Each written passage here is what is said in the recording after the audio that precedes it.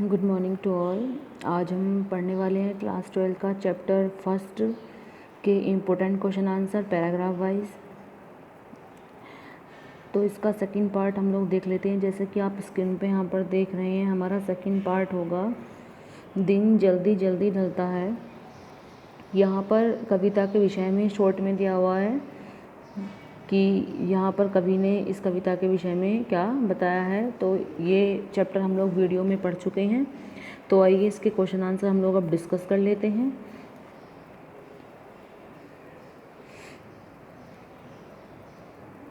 तो यहाँ पर फर्स्ट पैराग्राफ दिया हुआ है। फर्स्ट पैरा से यहाँ पर क्वेश्चन पूछ रहा है। यहाँ पे फर्स्ट क्वेश्चन कि प्रस्तुत काव्यांश को पढ़कर पूछे गए प्रश्नों के उत्तर दीजिए। हो जाए ना पथ में रात कहीं, मंजिल भी तो दूर नहीं, यह सोच थका दिन का पंथी भी जल्दी जल्दी चलता है। तो ये हमारी पोयम का फर्स्ट पैराग्राफ यहाँ पर दिया हुआ है। तो फर्स्ट क्वेश्चन यहाँ पे क्या पुटअप किया है, पक्षी क्या सोच रहा है, पंथी क्या सोच रहा है और क्यों, बच्चे नीड़ों से क्या झांकते होंगे, चिड़िया चंचल क्यों हो रही है। तो इसके आंसर भी यहाँ पे दिए हुए हैं, आप लोग यहाँ पर देख सकते हैं।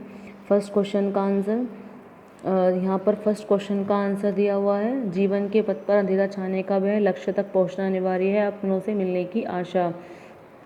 और यहाँ पे इसका व्याख्यात्मक हल दिया हुआ है। तो यहाँ पे आप इस पूरे आंसर को कंप्लीट जोड़कर एग्ज़ाम में इस क्वेश्चन का आंसर यहाँ पर करेंगे।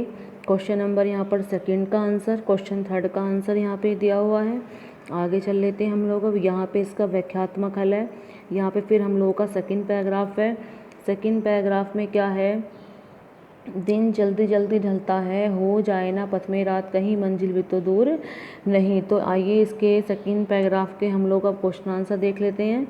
यहाँ पे सेकंड पैराग्राफ से कुछ क्वेश्चन आंसर दिए हुए हैं। ऊपर यहाँ पर ये पैराग्राफ कंप्लीट हो जाता है, यहाँ से यहाँ तक इसके यहाँ पर 3 क्वेश्चन आंसर दिए हुए हैं। फर्स्ट क्वेश्चन यहाँ पे देख लीजिएगा, मुझसे मिलने को कौन विकल है। जैसे कि मैंने आपको बताया था, यहाँ पर कवि अपने विषय में कह रहे हैं।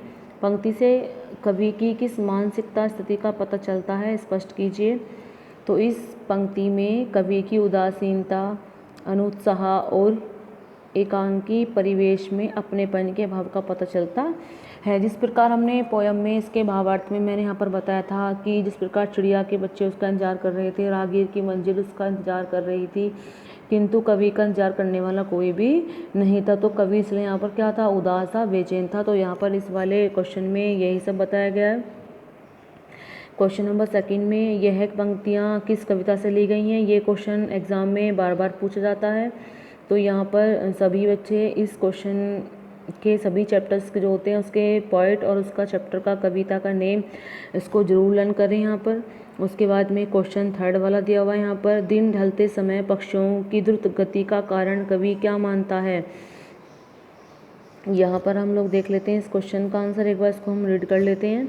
दिन ढलते समय पक्षियों की द्रुत गति का कारण कवि यह मानता है कि पक्षियों के मन में यह ख्याल आ जाता है कि उनके बच्चे उनकी राह देख रहे होंगे, वे घोंसले में बैठे बैठे बाहर की ओर झांक रहे होंगे, उनकी प्रतीक्षा कर रहे होंगे। जैसा कि पक्षियों को चिंता सताती है, उनके पंख को क्या हो जाती है, उनके पंख गति बहुत ज़्यादा ही तेज हो जाती है जब उनको ऐसा ख्याल आता है कि उनके बच्चे क्या कर रहे होंगे, उनकी प्रतीक्षा कर रहे होंगे और घोंसलों से झांक रहे होंगे। यहाँ पर क्वेश्चन 4 दिया हुआ है, क्वेश्चन 5 यहाँ पर दिया हुआ है, क्वेश्चन 6 यहाँ पर है, भाव स्पष्ट कीजिए। ये क्वेश्चन मैं आपको पहले ही बता चुकी हूँ। भाव स्पष्ट का अर्थ क्या होता है, यह प्रश्न स्थिर कर्ता पद को भरता उर में विहलता है। ये कवि के विषय में यहाँ पर पंक्ति की गई है। तो भाव स्पष्ट करने का अर्थ क्या होता है, थोड़ा इसके बारे में हम लोग जान लेते हैं। भाव स्पष्ट करने का अर्थ यह होता है कि कोई भी काव्य की पंक्ति उसके बारे में फुल एक्सप्लेन करना होता है कि यहाँ पर इस पंक्ति में कवि ने यहाँ पर क्या बताया है, तो उसी को भाव स्पष्ट कहा जाता है। अक्सर ये क्वेश्चन एग्जाम में पूछा जाता है, तो आप ऐसे क्वेश्चंस को तैयार कर लेंगे सभी।